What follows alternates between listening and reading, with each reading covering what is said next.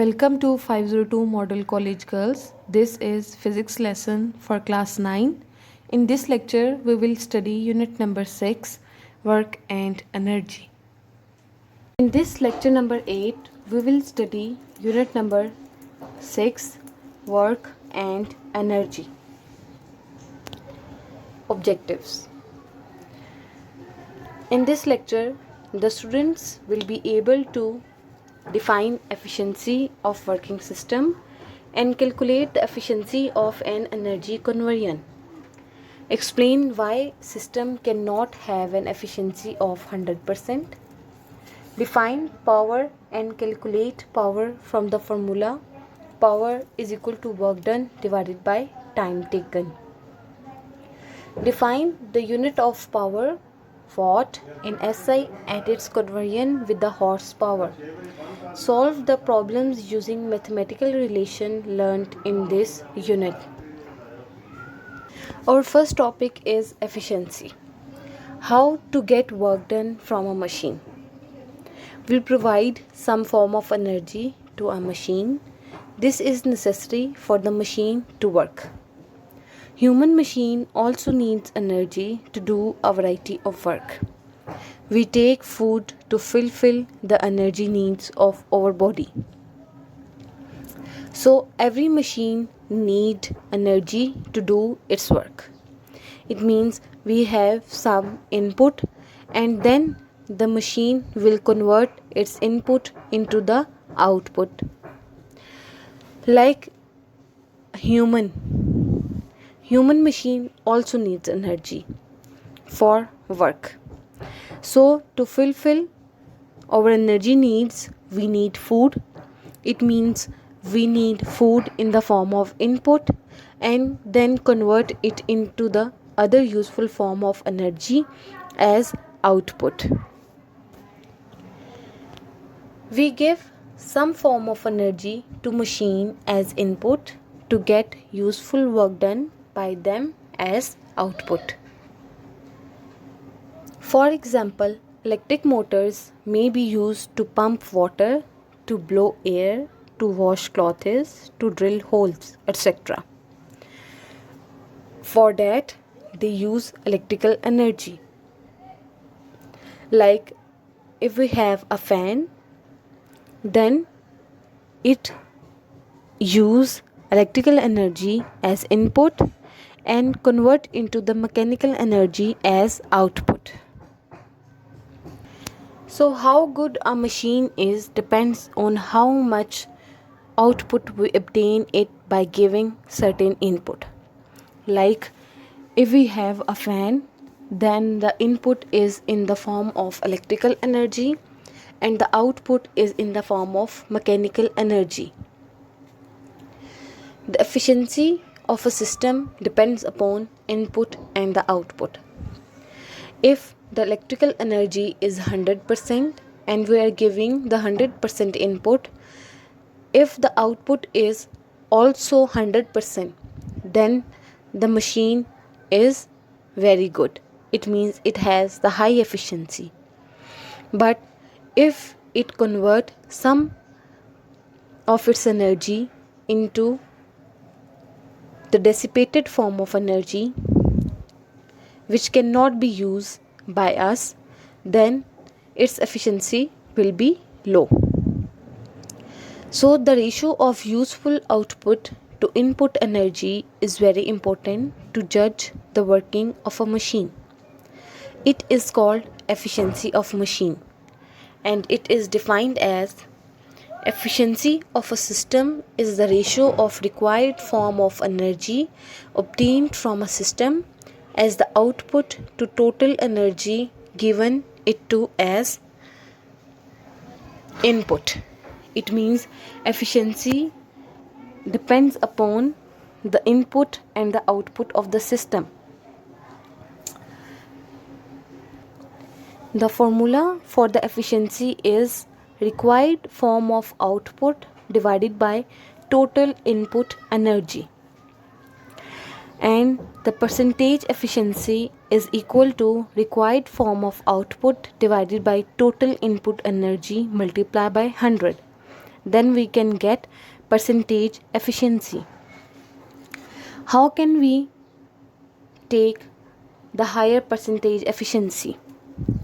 When the output is equal to input energy, then we will get 100% efficiency from the machine. It means the machine is 100% efficient.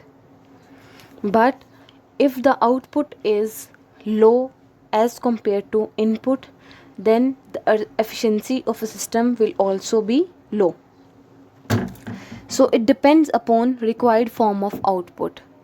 The larger is the output, greater will be the efficiency. Lower the required form of output, lower will be the efficiency of a machine. For example, efficiency, we are discussing now the efficiency of some typical devices or machines. Energy input, we are giving the energy as input 100 joule to every device or a machine. And then we will discuss how much useful work done by this machine. And then we will calculate the percentage efficiency. Like if we have electric lamp and we are giving the energy as input 100 joule, and it convert the 100 joule into 5 joule of energy into useful work done, then the percentage efficiency will be 5%. It means electric lamp is 5% efficient. If we are giving 100 joule of energy as input to the petrol engine and it convert 25 joule of its energy into useful work done, then its percentage efficiency will be 25%. If we are giving 100 joule of input to the electric motor, then it convert 80 joule of its energy into useful work done, then its percentage efficiency will be 80%. It means electric motor is 80% efficient. If we have 100 joule of energy as input to the electric fan, then it will convert 55 joule of its energy into useful work done. The percentage efficiency will be 55%. It means electric fan will be 55% efficient.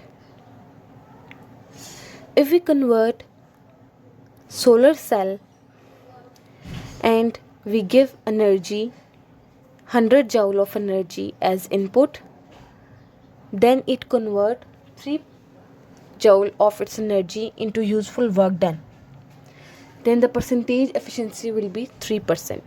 So we can say that solar cells are 3% efficient.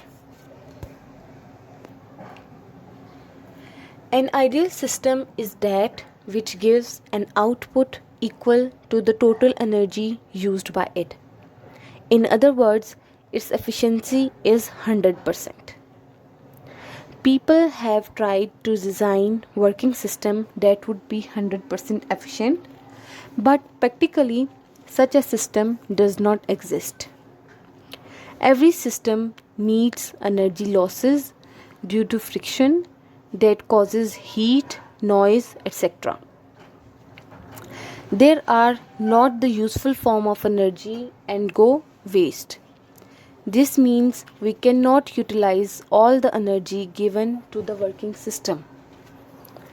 The energy in the required form obtained from a working system is always less than the energy given to it as input.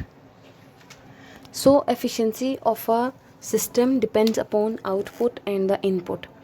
When the output is approximately equal to input, then the efficiency will also be higher.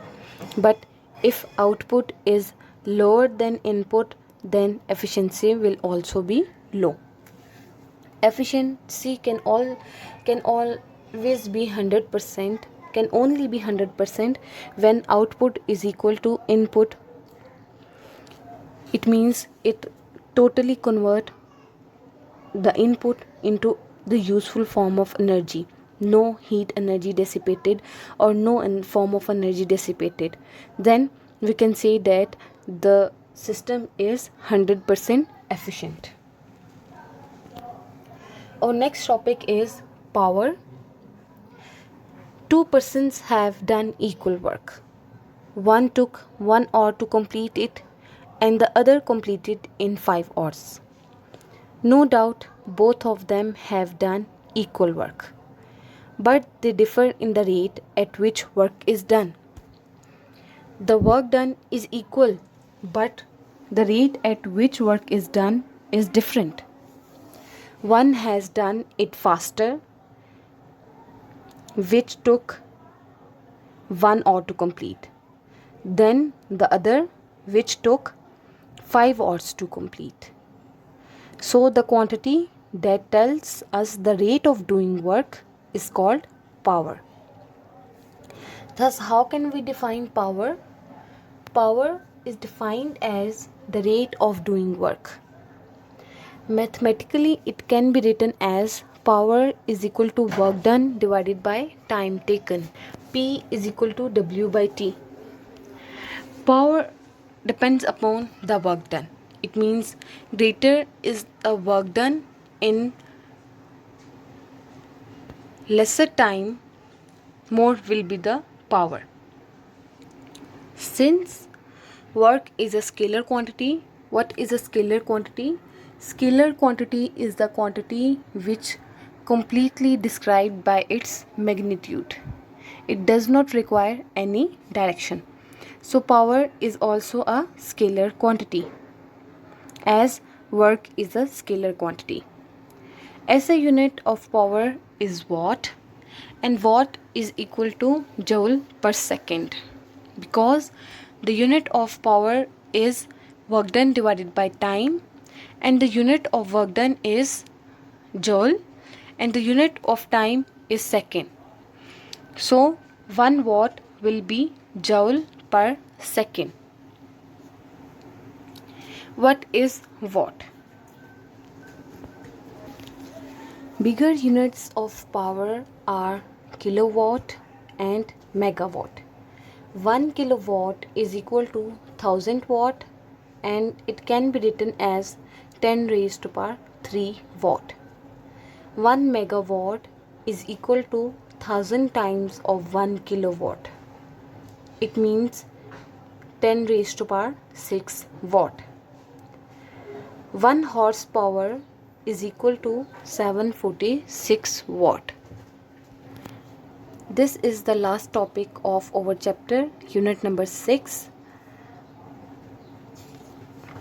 Now we will discuss the summary of this unit.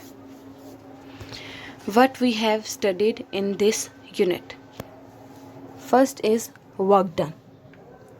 Work is said to be done when a force acting on a body and moves it in the direction of force. Work is equal to force multiplied by displacement.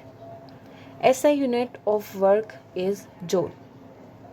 It means work depends upon the force and displacement of the body. Greater is the force, larger will be the distance moved by it, and greater will be the work done. So they are directly related to each other. Next is, when we say that a body has energy, we mean that it has ability to do work. SI unit of energy is also joule, the same as work. SI unit of the work is joule. And how can we define joule? How can we define the SI unit of joule?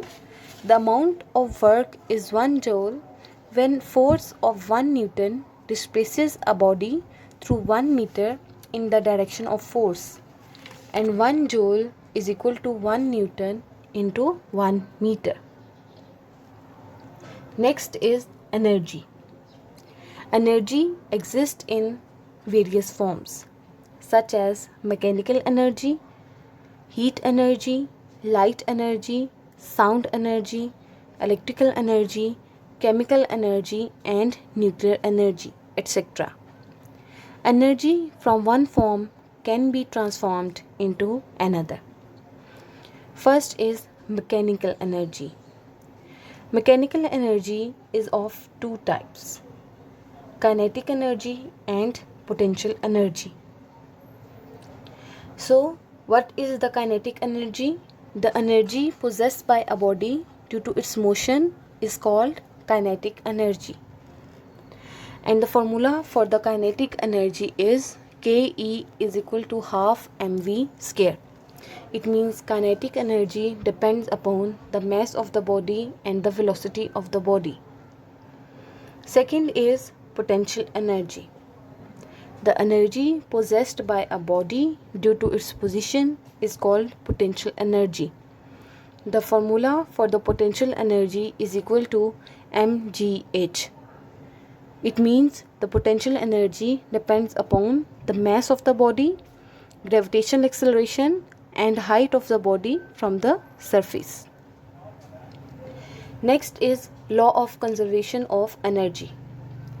Energy cannot be created nor destroyed, but it can be converted from one form to another.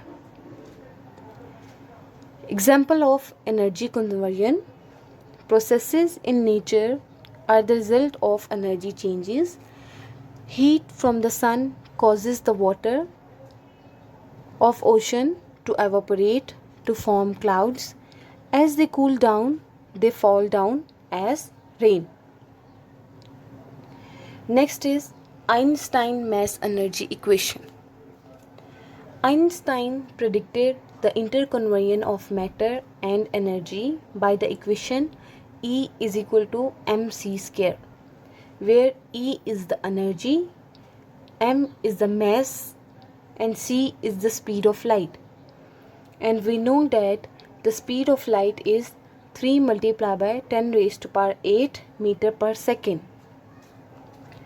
Fossil fuels are known as non-renewable resources because it took millions of years for them to attain the present form.